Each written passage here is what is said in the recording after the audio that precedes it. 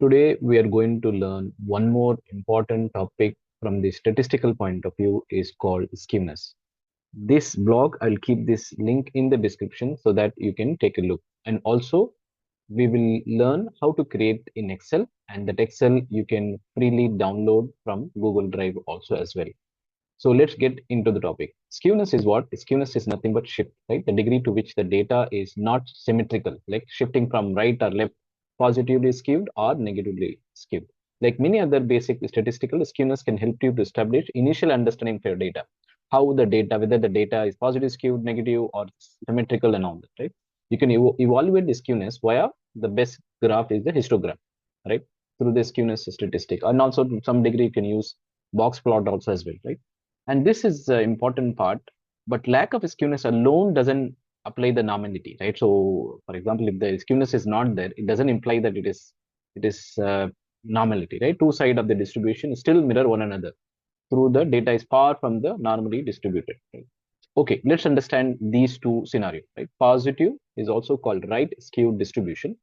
Positive skewed means the data is been spreading from the positive side, right? The value you will get it more than zero, right?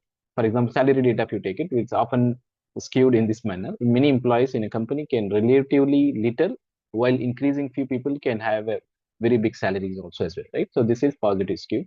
Negative skewed on the other side is that left skewed, right? The distribution tail point to the left. It is produces a negative skewness value. Failure rate data is often left skewed, right?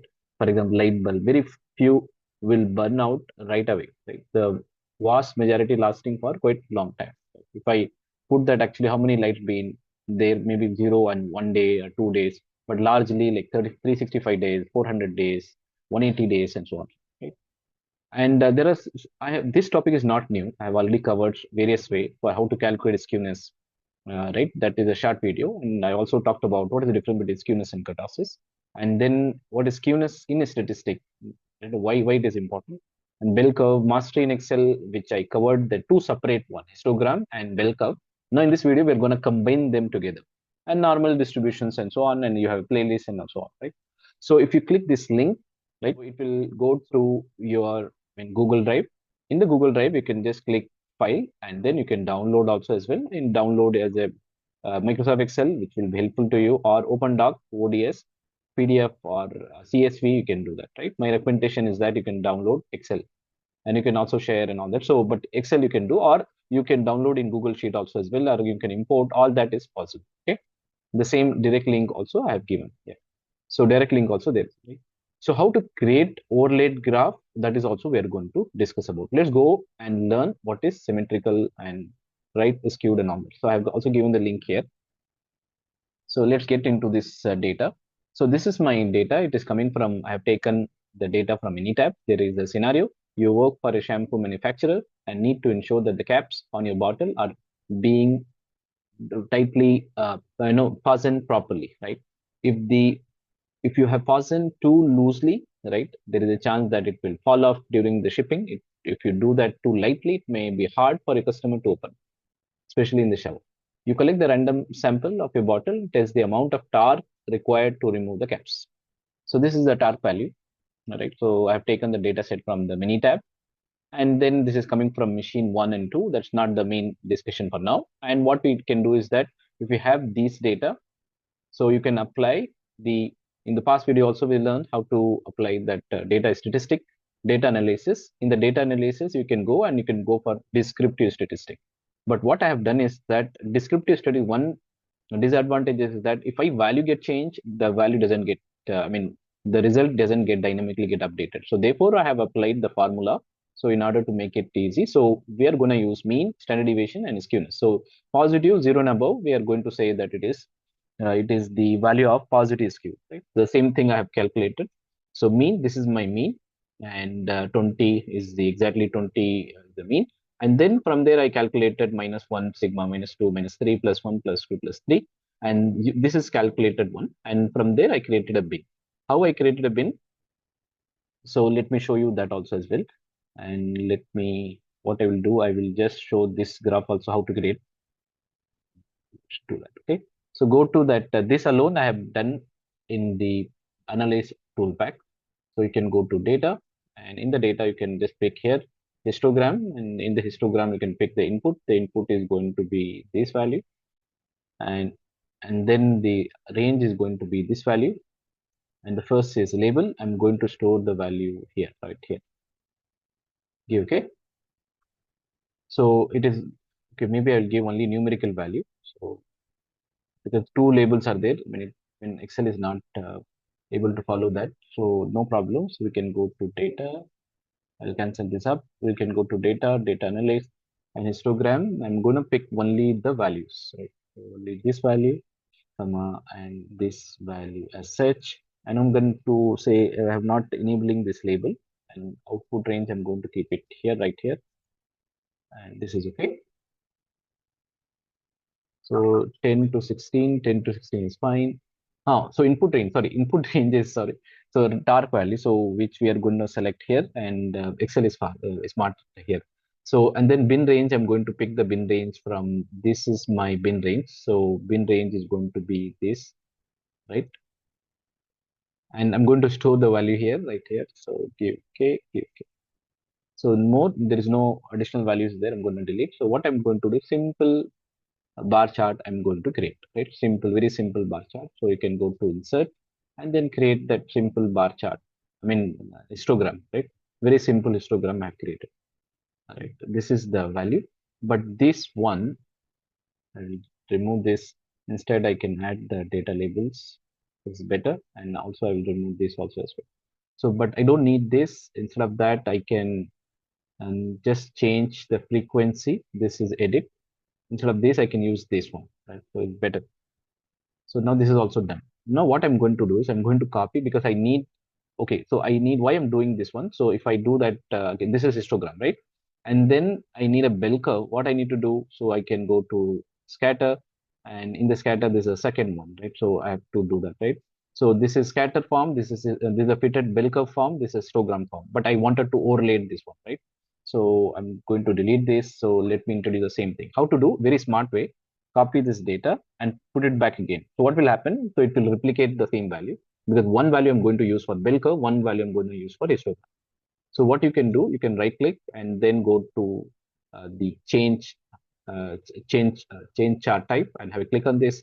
Go to combo, and in the combo series 2, which I'm going to give scatter with this. How cool is that, right? So this is ready now, and I don't need this also as well, right? And we can just do a little bit of formatting. This also is not required. And what I will do, I will add the title, chart title. So chart title, I will keep it this title, just coming here, and slightly I will format. I will just pick up only Arial and then make it 10, and then I'll fill with something. Okay. Okay. This is done, right? This is done. So that means if you look at here, this is positive skewed, and now this is a positive skewed. If you look at here, and this side is positively skewed from here to here, right? So if you look at here, this is positive skewed then, and not, this is negative skewed, right? So this is dominant on the positive side. That's what it means. So we can easily get to know this also as well. So with that, what we are going to do it is that we are going to use on the left side, how the left side, the same concept, and I have used a random between and statistical summary. I have used the formula here, and then with that, I've created this one. This is slightly negative dominant, right? So you can see here. And so why it is, skewness is minus value, so it is negative dominant, right? So we can add any raw data also as well, right? So very raw data I'm going to create, right? Let's say instead of tar value, I will say, cycle time. Okay, very simple example I will take. So I'm gonna use a random between, and let's say cycle time is between, and so maybe 10 minute to 20-minute example. Okay. All right. So what I will do, I will take from here itself, because here the value itself there. So instead of creating new one, I will create from there. Okay. So what I will do, I will just create a new one, and I will call it as check skewness. Okay. I will just once again of dark, I will say cycle time, and here I'm going to remove all the value. So anyway, this value is not required. So I will just simply delete this value. Okay, this value. Okay, so I'm gonna use random between here 10 to maybe the value is 10 to 15 example. Okay, and it has been filled. So I've given this data and it is mean value is 12 minute cycle time. Standard error is zero point 0.3 and median because I've already given that one. And as for this is looks like a very symmetrical, right?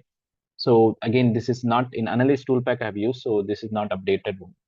So what I will do is that I'm gonna use this is driven from this, so you can see here. And but this is not we have to create this histogram, right? How I'm going to do it is that go to data, go to data analyze, and you can give like histogram, and in the histogram you're gonna select the data range.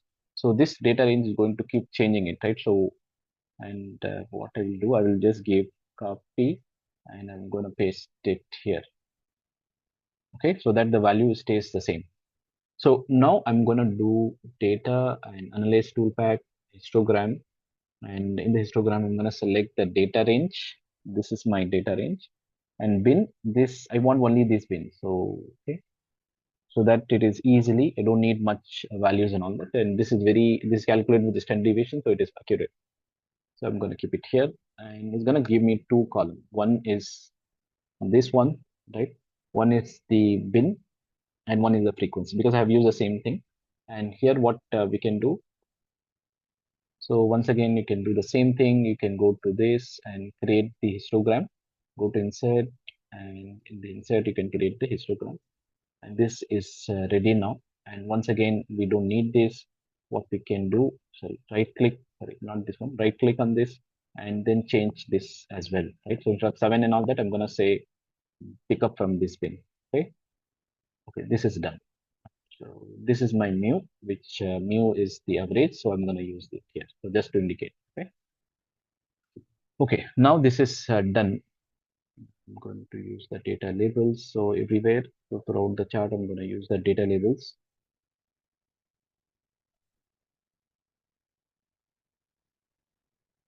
Okay. I will delete this one. Okay, this is done. So what I said is you can just replicate the same thing here. Copy paste this one. We don't need this also as well. Oh, sorry.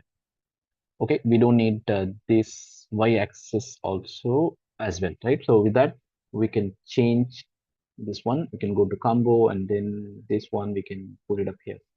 So it doesn't looks like a bell curve, but and here I'm gonna keep it like simple bar one, right?